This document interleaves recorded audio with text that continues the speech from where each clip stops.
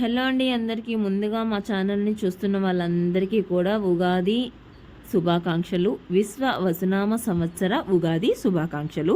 ఇది నేను ఉగాది తీసిన వీడియో ఆ రోజైతే అప్లోడ్ చేయడానికి నాకు టైం అయితే కుదరలేదనమాట. సో ఎవరైనా సరే ఫస్ట్ టైం మా ఛానల్ని చూస్తున్నట్లయితే వీడియోని చివరి వరకు చూసి ఎలా ఉందో కామెంట్ చేయండి. నచ్చితే లైక్ చేసి సబ్స్క్రైబ్ చేసుకోండి.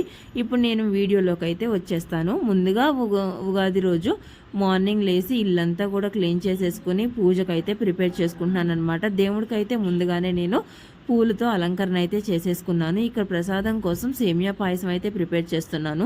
ఇక్కడ బెల్లం గోధుమ పిండి ఎందుకు వచ్చింది మధ్యలో కనుక్కోవచ్చు. పాయసం గురించి అయితే నేనేమి చెప్పట్లేదు. గోధుమ పిండితో బూరెలు చేద్దామని చెప్పేసి మీకు గోధుమ పిండి బెల్లం అయితే చూపించాను. గోధుమ పిండిలో 2 యాలక్కాయలు, కొద్దిగా బేకింగ్ సోడా వేసేసుకుని పక్కన పెట్టుకోవాలి. బెల్లాన్ని కరిగించేసేసి ఆ బెల్లం కూడా గోధుమ పిండిలో వేసి కలిపి ఒక 1 అవర్ పాటు పక్కన పెట్టుకోవాలి. ఇలా పక్కన పెట్టుకున్న తర్వాత బూరెలు వేసుకుంటే చాలా ఫ్లఫీగా వస్తాయి. ఇక్కడ ప్రసాదం అయితే రెడీ అయిపోయింది. సేమియా పాయసం చేశాను. ఎక్కువ చేయడానికి నాకు ఓపిక లేదు. ఎందుకనంటే ఎస్టర్డే 9 అయిపోయింది నేను బ్యాంక్ నుంచి ఇంటికి వచ్చేసరికి.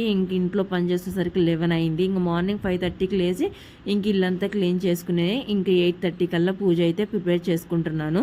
ఈ ఉగాది రోజు ఎర్లీగా పూజ చేసుకోవాలనే ఇంకా ఎర్లీగా పనులన్నీ కూడా చేసేసుకుని పిండి వంటలు ఎక్కువ ఏమీ పెట్టుకోలేదు. ఇంక నైవేద్యం కోసం పాయసం ఒక్కటే చేస్తున్నా. ఇంక ఇక్కడ వచ్చేసి ఉగాది పచ్చడి కోసం మామిడికాయలు అయితే తెప్పించానమాట. ఉగాది రోజు మనం చేయాల్సింది కంపల్సరీ 6 రుచులు కలిపి ఉగాది పచ్చడి చేసుకుంటాం కదా. అందరూ ఒక్కొక్కరు ఒక్కొక్క స్టైల్లో చేసుకుంటారు. నేనైతే ఉగాది పచ్చడిని నా స్టైల్లో అయితే నేను ఎప్పుడు ఇలానే ప్రిపేర్ చేస్తాను. కొంతమంది చింతపండు పులుసు ఎక్కువగా వేసేసి గ్లాసులలో పోసేసుకొని తాగుతూ ఉంటారు. నాకు అస్సలు ఇష్టం లేదు అలా చేయటం. సో నేనైతే ఏదో ఫార్మాలిటీ కోసం ఇలా అయితే ప్రిపేర్ చేస్తాను. ఇంకా కొబ్బరికాయ కొట్టేసి దేవుడికి హారతి అయితే ఇచ్చేసి పూజ అయితే కంప్లీట్ చేసేసుకున్నాను. పిల్లలు కూడా హారతి తీసేసుకున్నారు. నేను పూజ చేసిన తర్వాత అయితే ఉగాది పచ్చడి అయితే ప్రిపేర్ చేస్తున్నాను. ఎవరిష్టం వాళ్ళది. నేనైతే దీని గురించి పెద్దగా మాట్లాడదలుచుకోలేదు. ఉగాది పచ్చడి ప్రిపరేషన్ గురించి నేనైతే ఏదో ఫార్మాలిటీ కోసం చెయ్యాలి కాబట్టి అలా చేస్తానన్నమాట.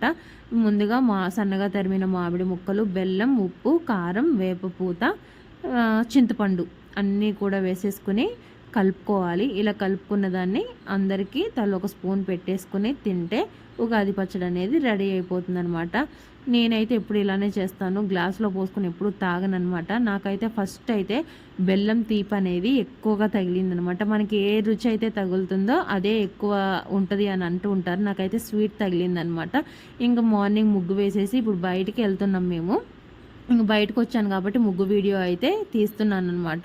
మార్నింగ్ తీయలేదు. ఇంక పూజ చేసేసుకుని గుడికి వెళ్దామని ఇంక బయటకైతే వెళ్తున్నాము. మా ఇంటి దగ్గరలోనే శ్రీ అభయాంజనేయ స్వామి దేవాలయం ఉంది, ఆంజనేయ స్వామి టెంపుల్. సో నేను మా మోక్షాన్ని ఎక్కించుకున్నాను స్కూటీ మీద.